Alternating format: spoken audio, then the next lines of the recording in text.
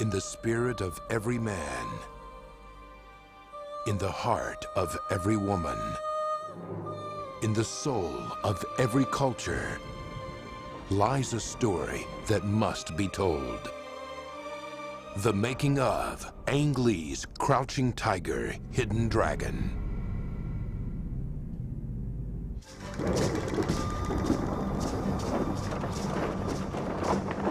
In the year 2000, the year of the dragon, Columbia Pictures and Good Machine present an ancient legend brought to life. The highly anticipated Crouching Tiger, Hidden Dragon. Based on the beloved novel by Wang Dulu, with a spectacular cast and a world-renowned director. This is sure to be one of the biggest motion picture events of the year.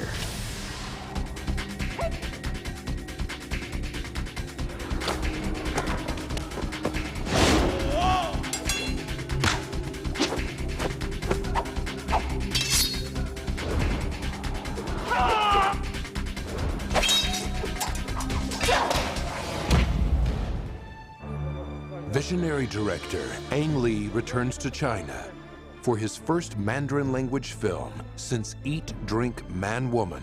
Martial art films has always been one of the main entertainment in Chinese society. So I grew up with it. You know, I got fantasies about it and the things I wanted to do, I wanted to try. After a treacherous 5-month shoot at exotic locations throughout the mainland, including Beijing and the Gobi Desert, Crouching Tiger, Hidden Dragon is breaking barriers in the art of movie making. I believe that he would take it to give it a new dimension. He will give it something that we have not seen or we have not been able to touch on. Melodrama, comedy, martial art, explosion, pulp fiction, you name it. This will be a movie event that no one will want to miss.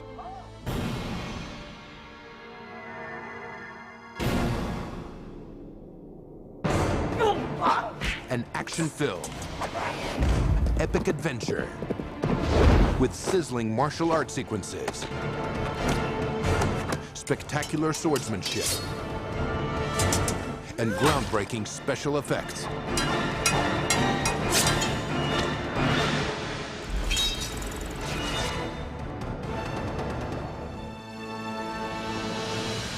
Starring the beautiful and talented Zhang Ziyi,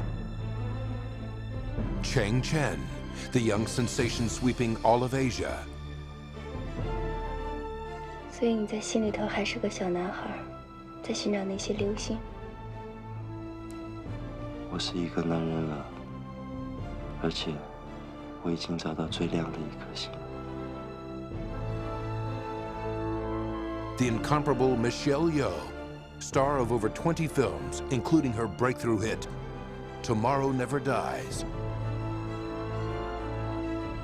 And also starring the legendary Chow Yun-fat. 剑法也去续命，剑法清明剑还去续命，一切都是人性的作用。哼，别到了庙里就说和尚的话，出招！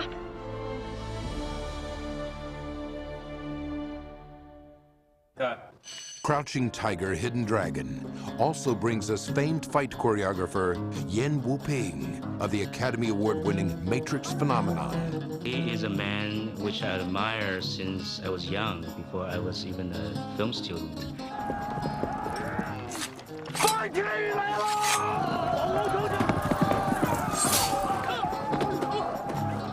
He's a man of invention who cared for the traditional classic Chinese fighting styles.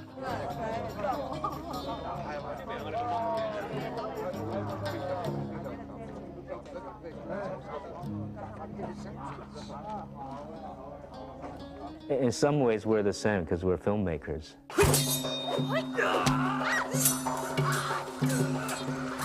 What I know about martial art, I've done my studies and did a practice, and I had ideas, but once you put it on screen, it's something else. It's choreographing.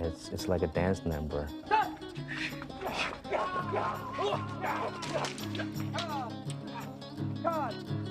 It's pure cinema. No, it's beyond language. It's pure energy and what looks good for the screen.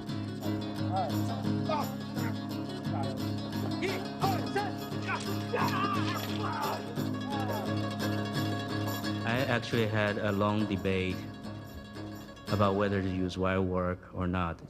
In other words, flying with Mr. Yuan Heping.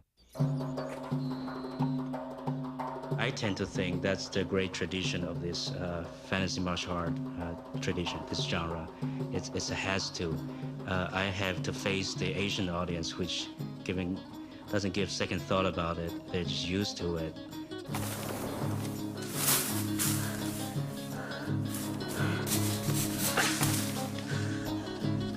I've been fantasized about doing it.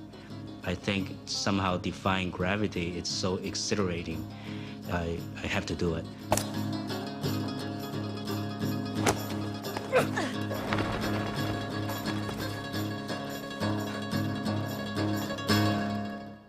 Yuan Heping has been doing martial arts for maybe 30 years or more.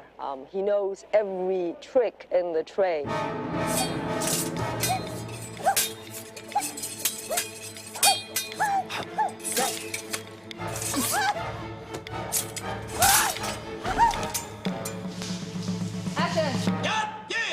We use thicker wires we'll remove in post, which will allow us to do more fascinating stuff. With all of the complicated movements involved in creating the action sequences, experienced choreographer Yen Wu-ping was up for the challenge. In order to help Li realize his vision of gravity-defying acts, Ping put to work his team of specialists. A group of these experts assigned to each actor helps them to maneuver using a system consisting of wires, pulleys, and cranes. In this scene, Ping and his team orchestrate a complex sequence in which actor Michelle Yeoh runs up and down the side of a wall. They must first make sure that all of Yeoh's wires are properly fastened to her harness.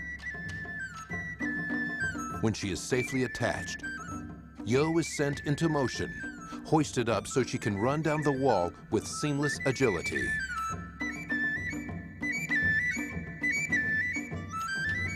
Along with the coordination of Li's camera angles, this complicated scene becomes unbelievably magical, finally assembled in post-production.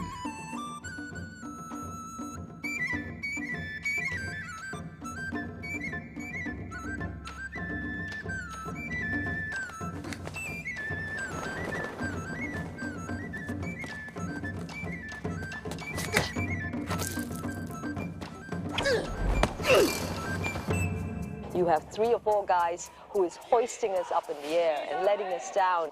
So the timing of you and the 5 guys has to be so impeccable.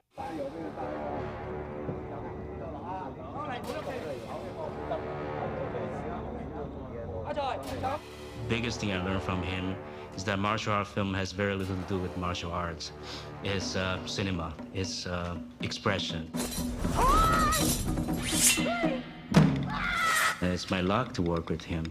With such an ambitious undertaking, the filmmaker enlisted the support of the Academy Award-winning special effects team from The Matrix. Working with Ang Lee was a real pleasure. He was very open to suggestions, but also was very clear on what he wanted. Using computer-aided pre-visualization in planning how live elements should be shot, Rob and the team were instrumental in making the impossible possible. This was an ideal situation for us. We were involved at a pre-production stage, so we got involved with the storyboarding side of things, the pre-visualization, and then we also went out and supervised many of the major special effects out in China. Like a jigsaw puzzle, they were able to combine live elements from various takes and setups to seamlessly create one exciting sequence. There was, for example, the moon pool shot. It was originally going to be more of a wire removal of the two characters chasing one another across this lake, but it soon became apparent that the physical limitations meant that it was not going to be achieved in camera. What we had to do then was take plates of each of the two characters, select certain sections that were working, and we then had to do digital transitions over the sections that weren't working. But to get the feeling of that flying was certainly a new look for us. Even with extensive planning, changes had to be made on the fly, as in the electrifying forest battle scene. We had put together the pre-visualization, we were getting a better idea of the shot, but even when we were out there shooting it, we were still not 100% sure of the best route to get the final shot. We were very confident with the sections where they came through the trees and danced across the lake, but it was the top section through the trees that we were not sure whether we would have to go back and reshoot some green screen at a later stage. As it turned out, the production set aside a day to shoot the characters just coming through another part of forest. We could isolate those and slot those in. It was a creative process, the pre-visualization, not only to understand Ang Lee's view of the shot, but also to help us to figure out how to do it. When the shot didn't look right, Rob and his team used computer-generated elements. This is an example of enhancing traditional techniques of filming everything in camera. It involves a disc throw. This is the initial plate as filmed with her tossing the disc. You can see how the disc doesn't exactly have an impetus of doom. It's flying up flat to his head. So we then paint out the disc after the throw. We composite in a CG disc that flies towards his forehead, and this is the finished shot. Many of the special effects shots had to be built from scratch, as in the creation of Old Beijing.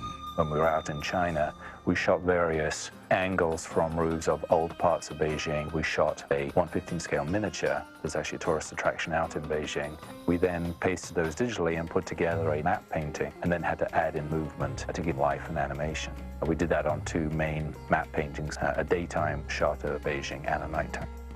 Along with the technical challenges, there were also physical challenges to deal with. Some of the locations that you see that are so unbelievably beautiful required a fair amount of traveling and hiking to get to, particularly in the Huangshan Mountains, where there's sheer vertical slopes climb up. The whole film crew got to the top of this. It's quite extraordinary. It was worth the journey. Although a lot of the film involves martial artistry and visual effects, director Lee also put great emphasis on the emotional storytelling aspect. I like to deal with human relationship and circumstances, time changings, and social obligation versus free will. For me, what has really worked is the way Ang tells the story when he's explaining to you which direction he is going. And there have been certain insights to a martial arts world that we have not been able to capture before. The wuxia world, the hero's world, has the psychological gray areas which I get attracted to. It's a world of its own. It's a fantasy world of people who knows martial art, not only like a great skill, but was able to elevate their spirit to enlightenment.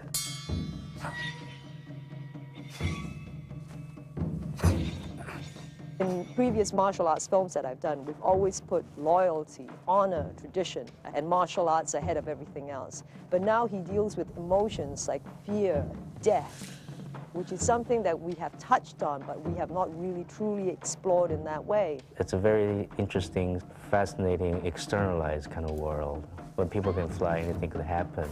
Maybe there's a chance you cut through it and drive into the emotional core more easily. This role is definitely very challenging, this whole movie. First with the language, because we are speaking in Mandarin, which is definitely not my first language. Ang is very meticulous. He wants you to say it how it should be said. Physically, they have to be a fighter and an actor. And while filming, they have to do both jobs. Having to remember the martial arts movements as you are speaking and remember the role that you are playing. So suddenly your mind is overcrowded. In the martial arts scenes, you want to keep a balance between the exhibition of great action and development in plot and character. The biggest problem with that is it could be dangerous because they won't be focused on just the physical side of it. They have to act. 我记得我第一次就拍第一个打的镜头的时候，我的牙齿都在打抖，真的很紧张，然后慢慢适应吧，我觉得。One thing about Ang, he knows what he wants, and if you don't hit his mark or his moment, you will have to do it again. Then you, as an actor, is assured that when he says it's a good take, that check the gate, you know, then you can sit back and go, I must have given him what he needs. They scare me a little bit to put people in your fantasy and have their risk their lives and on wires and doing lips, and sometimes I feel bad about it. I think this is all in all like a learning experience for each of us. We've got an incredible crew. It's quite a sort of a chop suey in the Chinese way of saying, you know, Taiwanese, Hong Kong, China, and America all coming together in this one movie. It's taking and giving to each other. And it's a very happy camp. West is learning the East is learning the West. Now it becomes a one world now. The Hollywood people are learning from us, and later on with learning from all the knowledge, the technology from Hollywood. We are not talking about the East and West. It's kind of a family now. Somehow I think everybody wants this to be realized as an incredible dream, that we all sort of put ourselves together and work towards the same goal. I found it's kind of ridiculous, like a bunch of adults were doing this. It's so much fun. No major motion picture is complete without a beautiful music score to complement the story. And Crouching Tiger, Hidden Dragon enlisted the help of the best. Famed Chinese composer Tan Dun, whose contemporary orchestral works have made him a world-renowned artist, scored the music for the film. In addition, the incomparable cellist Yo-Yo Ma gives Tan Dun's notes a voice. From the melodic love themes to the explosive action sequences, the score embodies the passion and the power of the story. All of these creative elements, all of the months of production and post-production, all come down to one definitive question. How will the audience respond? If the reaction at the 2000 Cannes Film Festival is any indication, then the answer is clear. Crouching Tiger, Hidden Dragon is destined to be a huge hit with audiences worldwide. Crouching Tiger, Hidden Dragon. Experience the magic for yourself.